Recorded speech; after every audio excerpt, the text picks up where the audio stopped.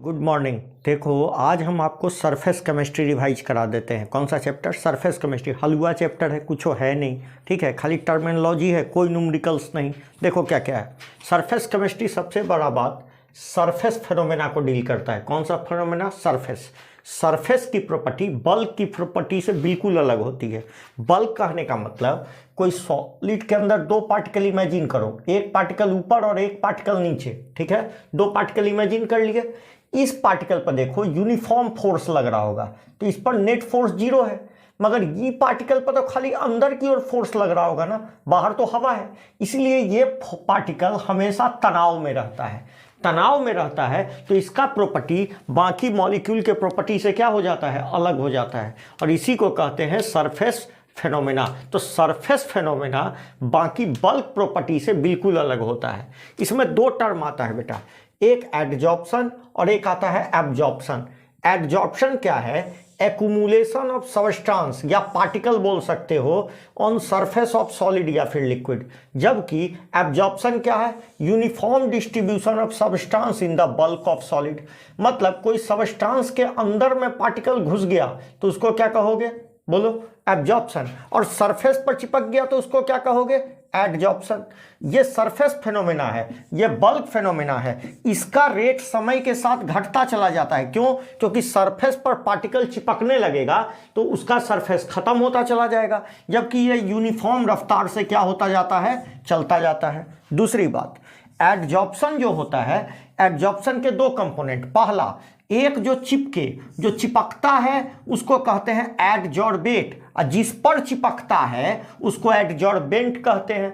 Surface provider, जो surface provide करेगा उसको एडजॉर्बेंट, और जिस पर चिपकेगा उसको क्या बोलेंगे? एडजॉर्बेट। एक टर्म होता है सॉर्प्शन। सॉर्प्शन क्या होता है? एडजॉर्प्शन और एब्जॉर्प्शन दोनों को मिला के क्या कंप्लीटली कह दिया जाता है? सॉर्प्शन। क्योंकि कोई भी फेनोमेना हम पढ़ते तो जरूर एडजॉर्प्शन और एब्जॉर्प्शन है, मगर दोनों 100% सेपरेटली नहीं होता। जब एडजॉर्प्शन होता है तो एब्जॉर्प्शन भी हो जाता है, इसलिए मिला के ज्यादा अच्छा टर्म क्या कहा जाए? सॉर्प्शन। आओ, डी एडजॉर्प्शन। डी मतलब हटना बेटा। डी टर्म का मतलब ही होता है कहीं भी रिमूवल। डी मतलब हटना, ठीक है। जैसे डी न्यूक्लिएटेड सेल, वैसा जिसमें न्यूक्लियस सब मर गया, ऐसा शब्द पढ़े होंगे।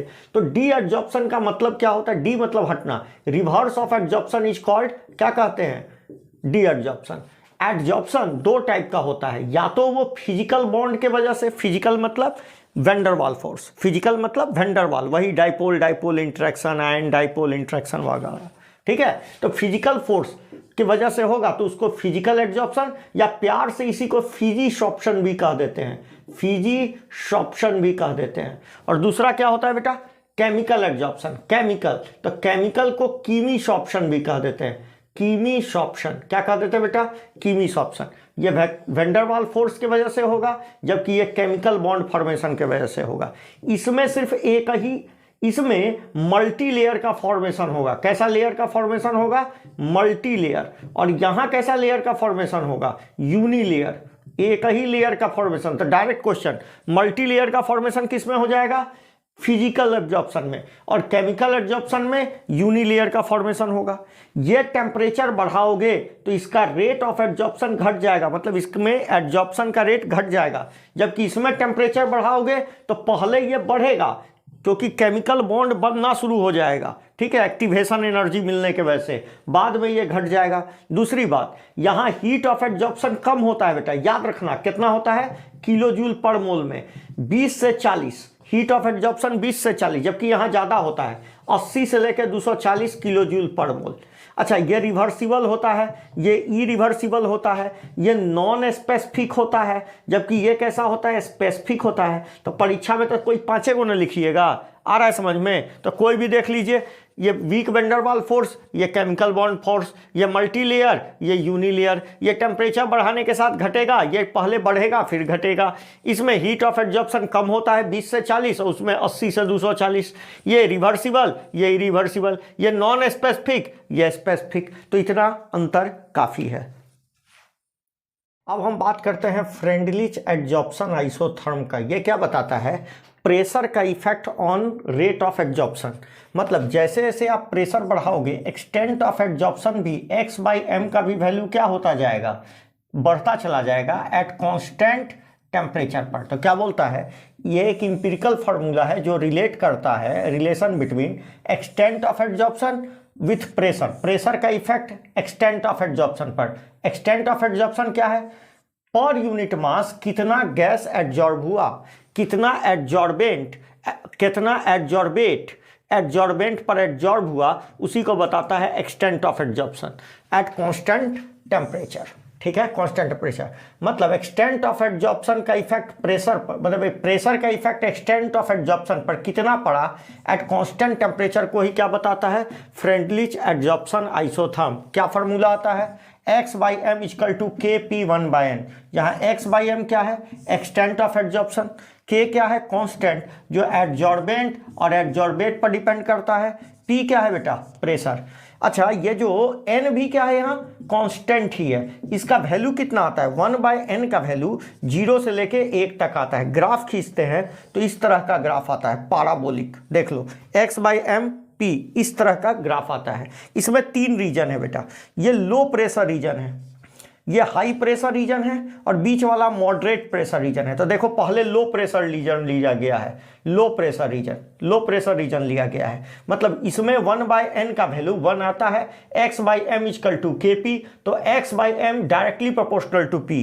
देखो यहां से यहां लगभग ग्राफ सीधा है। BC रीजन मतलब ये हाई प्रेशर रीजन है, ये कैसा है, high pressure region. High pressure region में 1/n का वैल्यू 0, मतलब x/m equal to, E formula में 0 पुट कर दोगे तो ये 1 हो जाएगा। तो x/m इक्वल टू k, मतलब x/m इंडिपेंडेंट ऑफ प्रेशर, इसीलिए तो ग्राफ स्ट्रेट लाइन हो गया।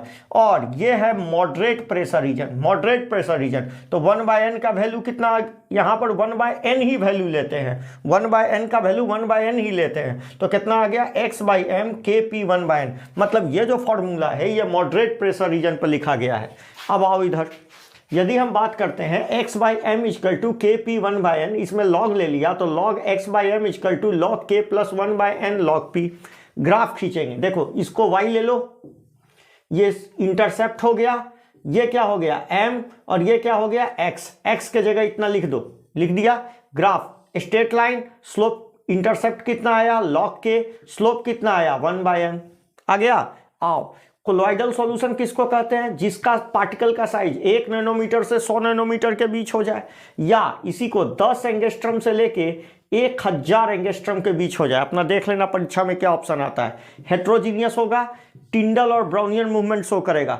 कोलॉइडल सॉल्यूशन वो हेट्रोजीनियस सॉल्यूशन है जिसमें 2 फेज होता है, एक डिस्पर्स फेज और एक डिस्पर्सन मीडियम। आ गया समझ में। हमने बोला कि ये डिस्पर्स फेज होता है, और कौन सा फेज होता है इसमें, कोलॉइडल सॉल्यूशन में डिस्पर्स फेज होता है और डिस्पर्सन मीडियम होता है। इनके आधार पर कोलॉइडल, इनके फिजिकल नेचर के आधार पर, फिजिकल स्टेट के आधार पर कोलॉइडल सॉल्यूशन 8 टाइप का होता है, 9वां टाइप नहीं होता है। क्यों, क्योंकि एयर का मिक्सचर प्योर सॉल्यूशन होता है, मतलब होमोजीनियस होता है, और कोलॉइडल सॉल्यूशन पहले ही बता चुके हैं हेट्रोजीनियस होता है। तो ये 8 टाइप के फिजिकल स्टेट के आधार पर ये हो जाते हैं। उनमें हमको कुछ पढ़ना है, सब नहीं, 8 नहीं।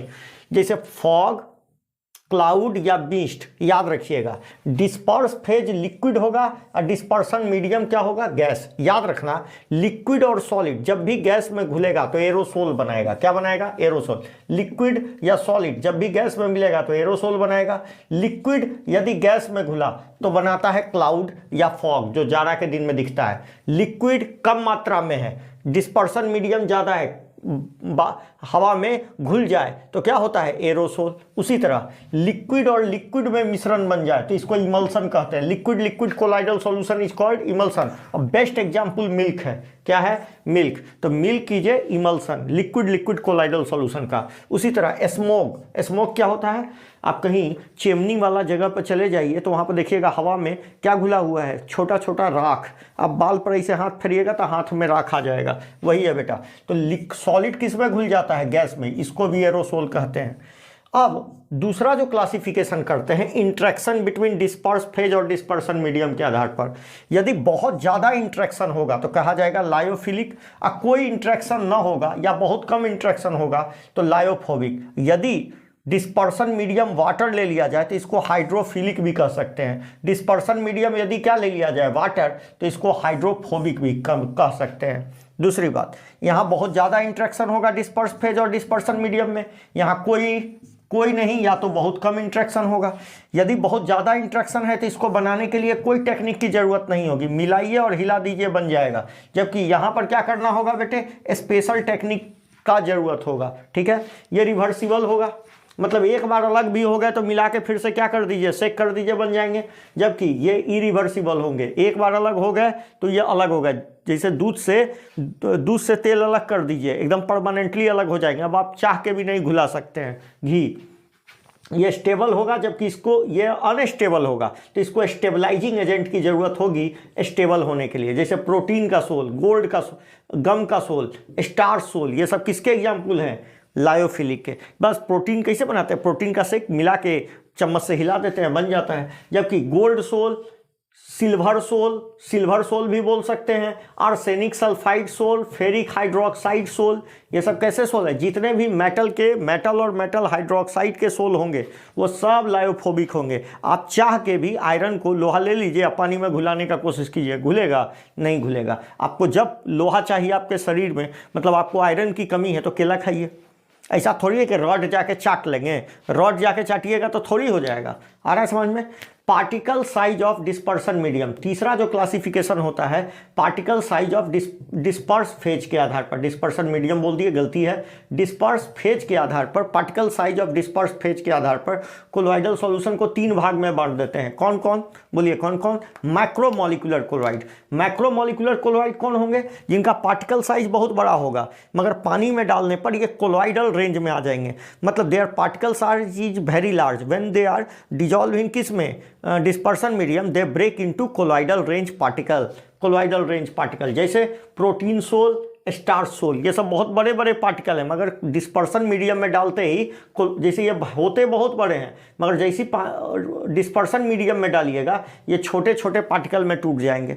दूसरा मल्टी मॉलिक्यूलर कोलोइड, इनका साइज बहुत छोटा होता है, मगर डिस्पर्सन मीडियम में जाते ही एग्रीगेट करके ये कोलोइडल रेंज में चले जाते हैं। जैसे गोल्ड सोल, FeOH थ्राइस का सोल, सल्फर का सोल, ये सब किसके एग्जाम्पल हो जाएंगे, multi molecular colloid. Their particle size is small and it aggregate in dispersion medium to form colloidal range particle।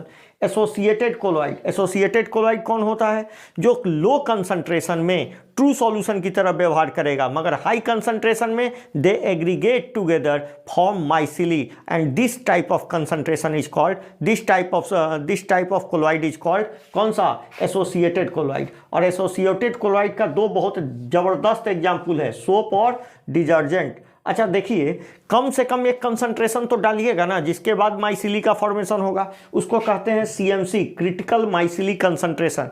तो minimum concentration above which micelle formation start is called, क्या कहते हैं, क्रिटिकल माइसिली कंसंट्रेशन।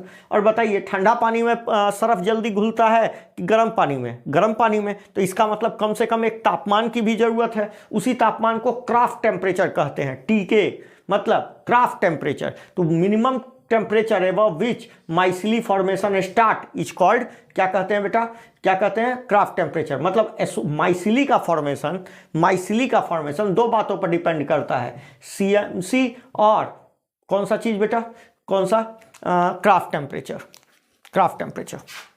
फॉर्मेशन माइसिली क्या है, एक spherical structure जो कि form हो जाता है डॉट पार्टिकल के अराउंड, उसी को कहते हैं माइसिली। किस में हेल्प करता है, इमल्सिफिकेशन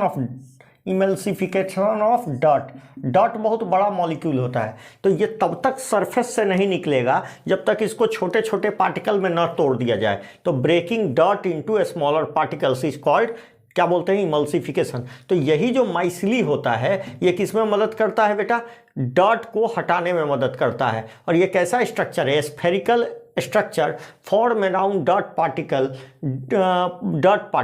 इज कॉल्ड माइसिली। ये बनने में माइसिली किसका बना होता है, तो सोप का बना होता है। सोप मॉलिक्यूल ही एग्रीगेट करके माइसिली का फॉर्मेशन करते हैं। तो सोप क्या होता है, sodium potassium salt of higher fatty acid को ही क्या कहा जाता है, सोप। डायरेक्ट क्वेश्चन है, सोप किसको कहते हैं, sodium potassium salt of higher fatty acid. जैसे हम एग्जांपल दे, सोडियम स्टेरेट C17H35CONA। यदि सोप के एक मॉलिक्यूल को देखा जाए तो इसमें लंबा सा टेल होता है जो कि नॉन पोलर होता है, हाइड्रोफोबिक। जो नॉन पोलर होगा वो हाइड्रोफोबिक होगा, और जो पोलर होगा वो कैसा होगा बेटा, हाइड्रोफिलिक। कैसा होगा, हाइड्रोफिलिक। कैसा होगा, हाइड्रोफिलिक। तो ये हाइड्रोफिलिक हेड होता है, और ये नॉन पोलर होता है, और ये हाइड्रोफोबिक होता है। ठीक है। दूसरी बात है, यदि हम बात करें तो इसमें दो पार्ट हो गए। यदि इसको पानी में डाल दिया जाए तो तुम जानते हो ना, पोलर पोलर को अट्रैक्ट करता है, नॉन पोलर नॉन पोलर को अट्रैक्ट करता है। तो ये पोलर है तो पानी भी तो पोलर है, पानी भी तो पोलर है, तो पानी पानी से अट्रैक्ट, मतलब पोलर पोलर से अट्रैक्ट हो जाएगा, और टेल बाहर की ओर रहेगा, टेल बाहर की। उसी तरह यदि हम हमारे कपड़ा में क्या लगा हो, ग्रीस वगैरह लग गया हो, तो ग्रीस कैसा है, नॉन पोलर। तो इसका जो टेल होगा वो जुड़ जाएगा किससे, टेल किससे जुड़ जाएगा, सोप बबल का, मतलब सोप का मॉलिक्यूल का, जो सोप मॉलिक्यूल का जो टेल होगा वो किससे जुड़ जाएगा, ग्रीस से, और हेड होगा बाहर की ओर। तो पानी का, और ये एक स्फेरिकल स्ट्रक्चर बनाएगा। ये जो स्फेरिकल स्ट्रक्चर दिख रहा है इसी को माइसिली कहोगे। जब वाटर का ब्लो आएगा तो ऐसा ऐसा लाखों स्ट्रक्चर बना हुआ है, तो ये इस डॉट को यहाँ से उखाड़ देगा, और उखाड़ के वाटर में चला जाएगा, वाटर के सॉल्यूशन में चला जाएगा, और कपड़ा क्लीन हो जाएगा। तो सोप मॉलिक्यूल्स एग्रीगेट अराउंड डॉट पार्टिकल फॉर्म माइसिली। तो spherical structure form due to aggregation of spherical structure form due to aggregation of कौन सा, सोप मॉलिक्यूल अराउंड डॉट पार्टिकल इज कॉल्ड माइसिली। तो पूरा स्ट्रक्चर यहाँ बढ़िया से लिख देते हैं, ये सोप, बढ़िया फार्मूला लिख देते हैं जो कि अच्छा होगा। Spherical structure of soap molecules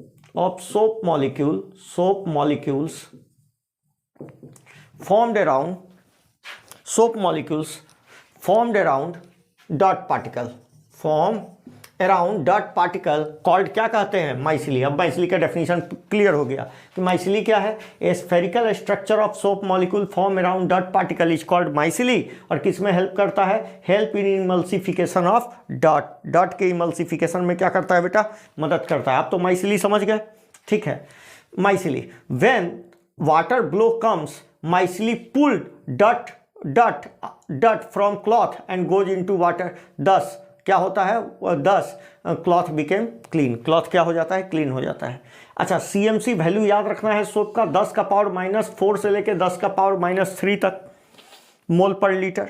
दूसरी बात, प्रिपरेशन ऑफ कोलोइड को बनाने के, अच्छा लायोफिलिक को बनाने के तो कोई उपाय नहीं है। आप लायोफिलिक बनाने के लिए सिंपल बात है, मिला के क्या कर लीजिए, सेक कर लीजिए। दूसरी बात, यदि ये जो भी पढ़ रहे हैं वो किसके लिए है, लायोफोबिक के लिए। किसके लिए है बेटा, लायोफोबिक के लिए है। तो लायोफोबिक को कैसे बनाओगे, पहला कोलोइडल मील, ऐसा एगो मील होता है, इसमें डाल दो कोलोइडल सॉल्यूशन बड़ा सा, उसका चुकनी बन जाएगा सूटेबल सॉल्वेंट में, और क्या बन जाएगा, कोलोइड्स बन जाएगा। दूसरा, ब्रीडिंग आर्क मेथड पढ़ाया हुआ है, इसमें 2 इलेक्ट्रिक रॉड ले लेते हैं, जिसका, जैसे मान लो गोल्ड का बनाना है तो गोल्ड का ही रॉड ले लिए, और गोल्ड का ही लट, अब बाहर इसमें इसको एगो सूटेबल सॉल्वेंट में डाल दिए, ठीक है। मान लो हमको पानी में इसका सॉल्यूशन बनाना है, अब गोल्ड का बनाना है, गोल्ड सोल बनाना है, तो गोल्ड का ही रॉड ले लिया, पानी में डुबा दिए, और चारों तरफ इसके बर्फ लगा दिया जाता है, आइस, ठीक है। और एक इलेक्ट्रिक आर्क स्ट्रक कर दिए, इस तरह का इलेक्ट्रिक आर्क बना दिए ताकि स्पार्कलिंग हो।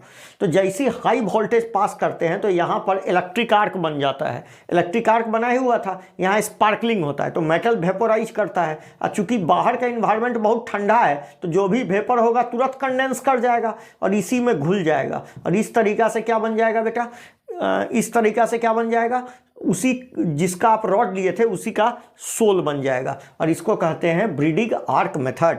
अगला होता है पेप्टाइजेशन। पेप्टाइजेशन क्या होता है, कोई भी फ्रेशली प्रेसिपिटेटेड क्या है, कोलोइड है, उसको फिर से कोलोइड बनाना, फ्रेशली प्रेसिपिटेटेड सॉल्यूशन को फिर से कोलोइड में कन्वर्ट करना पेप्टाइजेशन कहलाता है, याद रखना। और एक कोगुलेशन होता है, कोगुलेशन में उल्टा काम करते हैं, कोलोइडल सॉल्यूशन को नीचे बैठा देते हैं, प्रेसिपिटेट बना देते हैं, उसको कहते हैं कोगुलेशन। आ रहा है समझ में, उसके लिए हार्डी-सुल्जे लॉ जिम्मेदार है। और दूसरी बात, पेप्टाइजेशन क्या है, किसी प्रेसिपिटेटेड सॉल्यूशन को कोलोइड बनाना ही क्या कहलाता है, पेप्टाइजेशन। आ रहा है समझ में, जैसे FeOH थ्राइस का सॉल्यूशन नीचे बैठा हुआ है, इसमें यदि आयरन क्लोराइड डाल देंगे, FeCl3 डाल देंगे, तो होगा क्या, ये आयरन को एब्जॉर्ब कर लेगा अपने सरफेस पर। हाँ, तुम्हारे दिमाग में आएगा आयरन को ही क्यों, क्योंकि कॉमन आयन ही एडजॉर्ब होता है। कोलॉइडल पार्टिकल चार्ज पार्टिकल होते हैं, इसीलिए वो कभी बैठते नहीं है, सेटल डाउन नहीं होते। इसीलिए ये अपने ही अपने सरफेस पर क्या कर लेगा बेटा, किसको एडजॉर्ब कर लेगा, बोलो Fe+3 को। Fe+3 को एडजॉर्ब कर लेगा और सॉल्यूशन सोल बना देगा। क्या बना देगा, सोल। अब ये पॉजिटिव चार्ज सोल है। कैसा चार्ज सोल है, पॉजिटिव चार्ज। कैसा सोल है, पॉजिटिव चार्ज सोल। आ गया समझ में। चलिए अगले क्लास में बात करेंगे इससे आगे की। Thank you.